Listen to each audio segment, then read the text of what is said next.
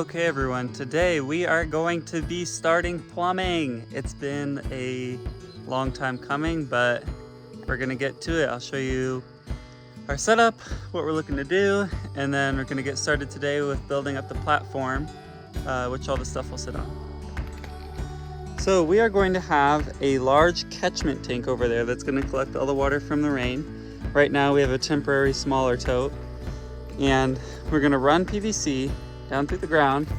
It'll come up, and then right here, just kind of on the side of our house, we're going to have a platform where we'll have our pump, pressure tank, filters, water heater, and then it'll run into the house.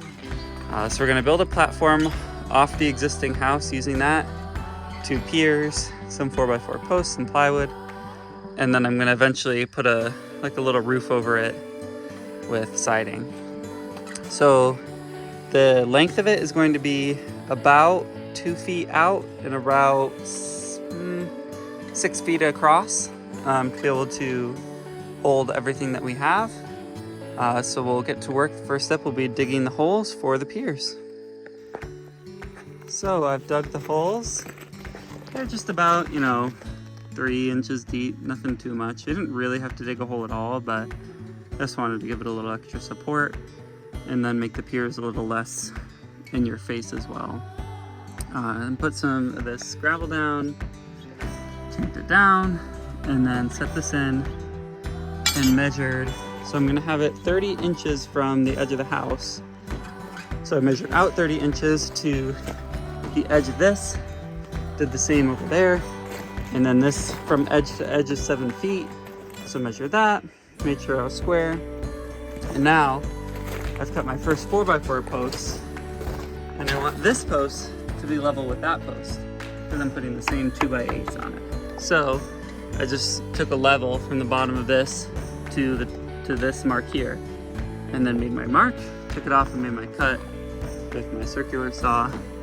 I'll do the same over there, make sure everything's level, and then get to building the platform.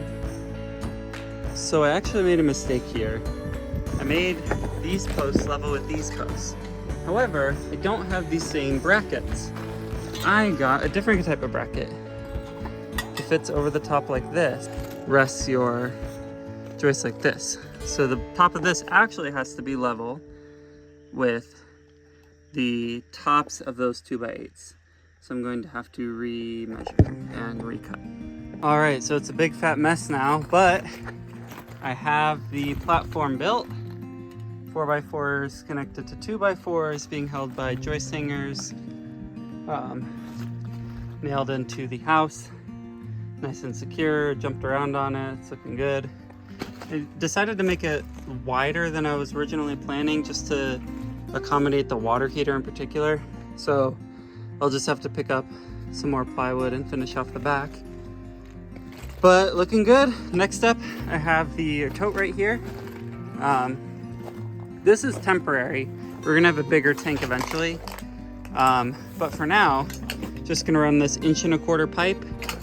I had to get a little connector at Home Depot has a male thread. This connector is a female thread. And then this reducer from 2 inches to 1.25 inches. So I can run my 1.25 inch pipe. And I'll run that down to the water pump.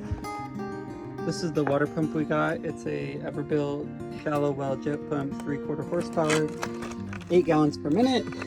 Should get the job done for what we need. It's the end of day 2 of plumbing. We got a lot done. I'll take you on a quick tour. A lot has changed since my initial drawing, but that's usually how this goes. So I'll take you through what I have so far. So we have 1.25 inch pipe running from our tote.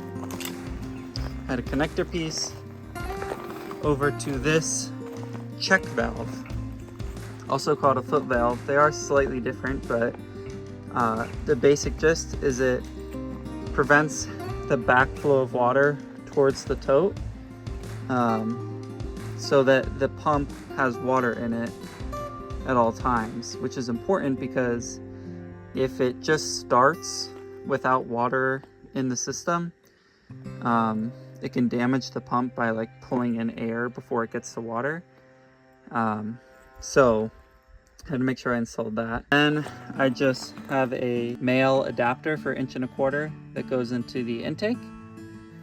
And then I have a male 1.25" adapter that goes into the outtake, immediately into an 1.25" T, which goes into, this is just 1.25" pipe, then a male adapter, and then this little cap on top. Originally I didn't have that, I just had it going straight over, but I learned that if water ever does escape the pump, you need this to be able to pour water into the pump before you start it up. And I mean, at the very beginning you need it because water isn't in here at the very beginning. So that's an important feature to have, I guess. Then we move along, 1.25" pipe, 1.25" elbow, 1.25" elbow. And then we get to this water pressure tank. So this is a 32-gallon pressure tank. I have the pressure will be set at 30/50, which means the lowest it gets to is 30. And when it hits 30, the pump starts, brings it back up to 50 and then stops. This brass 10-inch T coming out from the tank so that you can make all the connections, because otherwise you have to be making them underneath there. So you have this T, and then there's a bunch of random things. This is just a pressure indicator so you can see what the pressure's at. There's also one here. I don't know why I need to, but I guess I do according to the videos I watched. This is a pressure switch. Basically another fail-safe to make sure the pressure isn't too high or too low than what it's supposed to. This also has a pressure switch attached to it, so I'm not sure I need this actually. I might just wind up putting a cap on this part, but I don't know. Even if I do need one, this is electric and I want mechanical instead, because with the electric one you have to wire it up, and my panel is all the way on the other side of the house. Speaking of, I had to run wire all the way from over there down. You can see it right here. It goes down underneath the house up into the pressure switch for the pump, which powers the pump. This is 230 115 volts. So you have the option of 230 or 115, which only needs 14 or 12 gauge wire. I did 12 gauge wire, and then I did a type UFB wire, which means it's just rated for outdoors.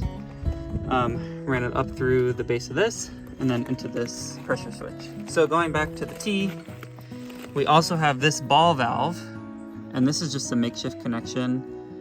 I didn't have you just need a brass nipple because this was female to female. I needed female to male on accident.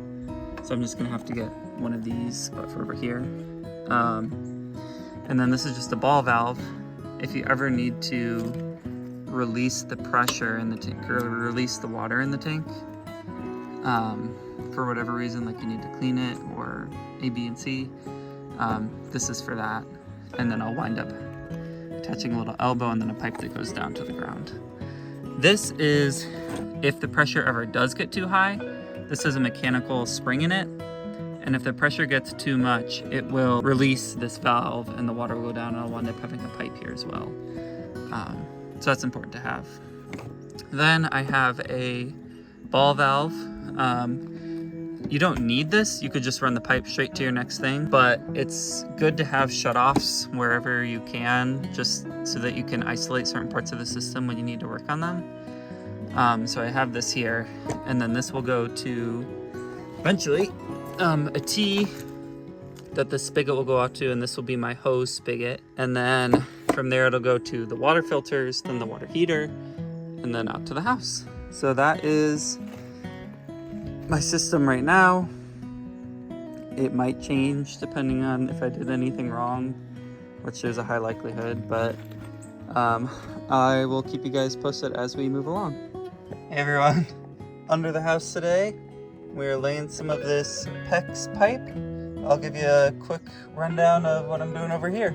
So we've run the 3/4 inch pipe, the cold pipe, all the way from over there, which is where our pump is, all the way over and across, and now under here, and right here, actually right there, I transitioned the cold from 3/4 to half. Right here I have a little connector and that goes up to the cold shower. Then the cold continues over here, and this is the outlet for the cold bathroom sink.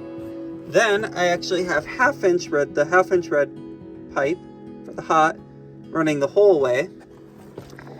And so I just have half-inch to half-inch over there.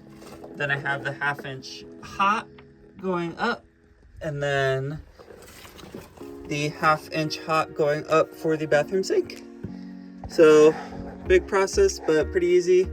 I've just been drilling 3/4 inch hole for the half-inch pipe, run it through, and then eventually I'll have to clamp all of these, but process is going along. Okay, about to turn the water on in the house for the first time ever to see if the outdoor shower works. Here we go. There's one. There's two. We're going. And we're leaking. Okay, so if I did everything right, I should be able to turn the shower on right now. I fixed all the connections. I just had to get this tool, which clamps them more than the manual clamper. So, let's see if this works.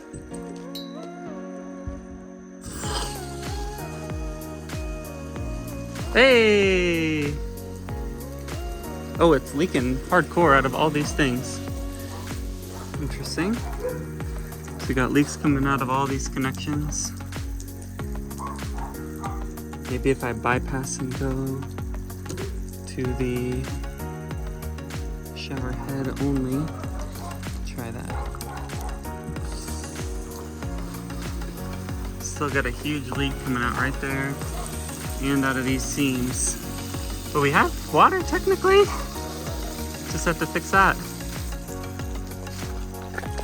We have a shower, yay! Looking good. There is a small leak in that connection in there that I'll fix, but overall we got water. Pump is pumping, going through. No leaks in the connections. We can take showers, yay!